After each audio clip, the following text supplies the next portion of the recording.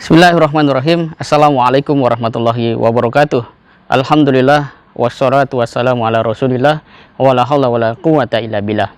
Sahabat sekalian yang berbahagia, semua jenis kegaduhan, kericuhan, bahkan kekacauan itu bukan disebabkan oleh ketiadaan aturan atau regulasi atau kesepakatan. Seringkali dan nampaknya inilah yang biasa ditangkap oleh banyak kalangan, bahwa semua itu bersumber dari nihilnya keadilan. Tapi apa sebenarnya keadilan? Ini yang menjadi persoalan, karena sebagian besar orang, bahkan dalam dimensi peradaban tertentu, konsep keadilannya itu berbeda-beda. Bagi masyarakat komunis, keadilan berarti sama rata, sama rasa. Bagi kapitalisme, keadilan berarti distribusi. Bagi Islam, keadilan bukan sekedar nuansa yang sifatnya bisa dipandang secara kasat mata, tetapi lebih jauh dari itu. Adakah itu dilakukan atas dasar keimanan, bertujuan maslahat, dan dibenarkan oleh regulasi yang dikandung oleh ajaran Islam itu sendiri, yakni syariat. Sebagai contoh, ketika Nabi Muhammad mendapatkan ghanimah dan membagi-bagikan harta rampasan perang itu berupa materi lebih banyak kepada orang yang baru beriman pasca perang Hunain itu, sedangkan kepada kaum Ansor nyaris dikatakan tidak ada, kita dalam logika manusia pasti akan mengatakan bahwa ini adalah sebuah ketidakadilan. Bagaimana mungkin orang yang beriman dan telah banyak berkontribusi dalam perjuangan itu tidak mendapatkan imbalan materi, sedangkan orang yang baru masuk Islam itu mendapatkan imbalan berupa materi. Logika materialismenya seperti itu. Tetapi benarkah demikian adanya? Ternyata tidak.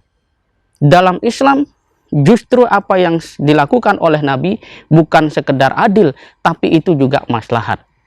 Terbukti ketika kita coba dalami secara lebih mendalam, apa yang dilakukan Nabi itu betul-betul menyelamatkan mental kaum Ansor sebagai para pejuang yang tentu mereka tidak perlu, tidak boleh mendegradasi semangat dan spirit hidup mereka yang senantiasa berjuang, berkontribusi, berkorban, menjadi sosok manusia yang perlu diservis, dilayani, dihargai, dihormati dengan ukuran-ukuran materi.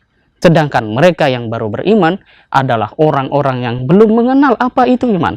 Sehingga upaya untuk menjadikan mereka melihat, tertarik, termotivasi di dalam mengenal, memahami, dan mengamalkan ajaran Islam, langkah-langkah yang dilakukan Nabi adalah hal yang tepat. Dengan demikian, maka sebenarnya pemimpin-pemimpin di dunia hari ini, apakah mereka telah berbuat keadilan? Ini yang masalah.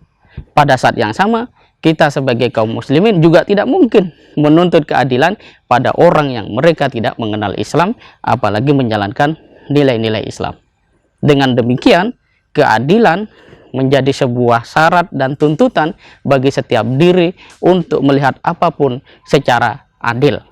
Adil adalah kita menempatkan sesuatu sesuai tempatnya dan tidak selain atau tidak pada tempatnya. Itu definisi adil yang umum dipahami oleh kita semua.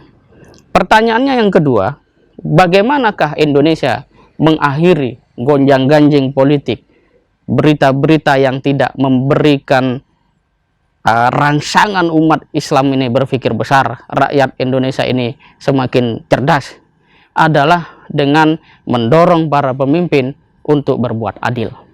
Logika politik boleh dijalankan, bahkan diterapkan, tetapi dengan tidak menciderai nilai-nilai keadilan.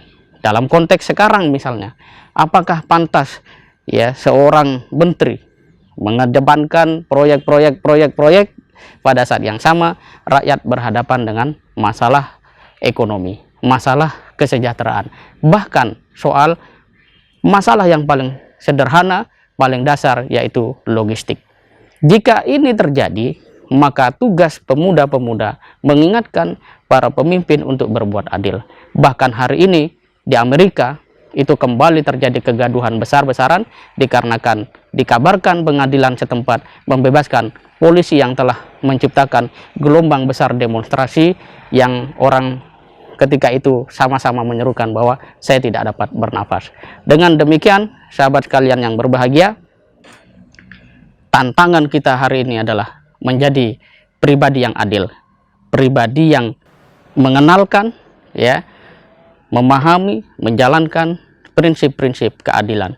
Insya Allah, jika keadilan tegak ada di dalam banyak ruang kehidupan, ada di dalam pikiran-pikiran kaum muda, Indonesia ke depan akan menjadi negara yang lebih baik dari saat ini, insya Allah.